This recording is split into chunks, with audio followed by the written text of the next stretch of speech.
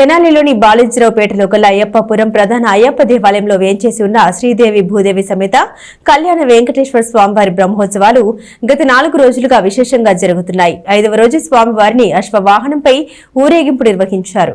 స్థానిక బాలాజీరావుపేటలోని అయ్యప్ప దేవాలయంలో వేంచేసి ఉన్న శ్రీదేవి భూదేవి సమేత కళ్యాణ వెంకటేశ్వర స్వామివారి బ్రహ్మోత్సవాలు వైభవంగా జరుగుతున్నాయి.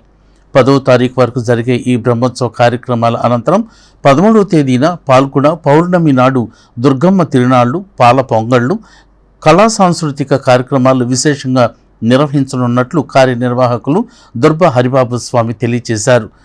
14వ తేదీన 10 వాహనములతో కూడిన పెద్ద రథంపై స్వామివార్ల ఊరేగింపు జరుగుతుందని భక్తులు అధిక సంఖ్యలో పాల్గొనాలని హరిబాబు స్వామి విజ్ఞప్తి చేశారు.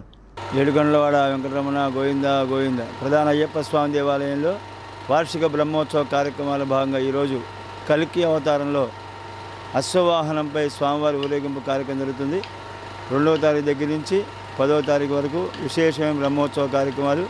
ప్రతిరోజు విశేషంగా స్వామివారికి అనేక వాహనాలతో అశ్వవాహనం, గజవాహనం, పొన్నంబల వాహనం, కల్పోత్సవాహనం అనేక వాహనాలతో ఊరేగింపు కార్యక్రమం ప్రతిరోజు సాయంకాలం 5 గంటల ప్రారంభమవుతుంది.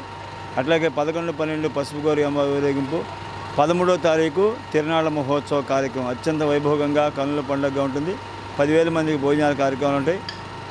కళా సాంస్కృతిక కార్యక్రమాలు రోజు మొత్తం కూడా నాటకాలు, చెక్క భజన, కోలాటం కార్యక్రమాలు ఉంటాయి. 14వ తారీఖు పెద్ద రథం ఊరేగింపు. ఈ బ్రహ్మోత్సవ కార్యక్రమాలు, దేవాలయ వార్షికోత్సవ కార్యక్రమాలు ప్రధాన అయ్యప్ప స్వామి దేవాలయం అందరూ వచ్చి కార్యక్రమాన్ని తిలకించి ఆ వెంకటేశ్వర స్వామి, దుర్గమ్మ తల్లి, అయ్యప్ప స్వామి అనుగ్రహానికి పాత్రలు కాసుకొని మరీ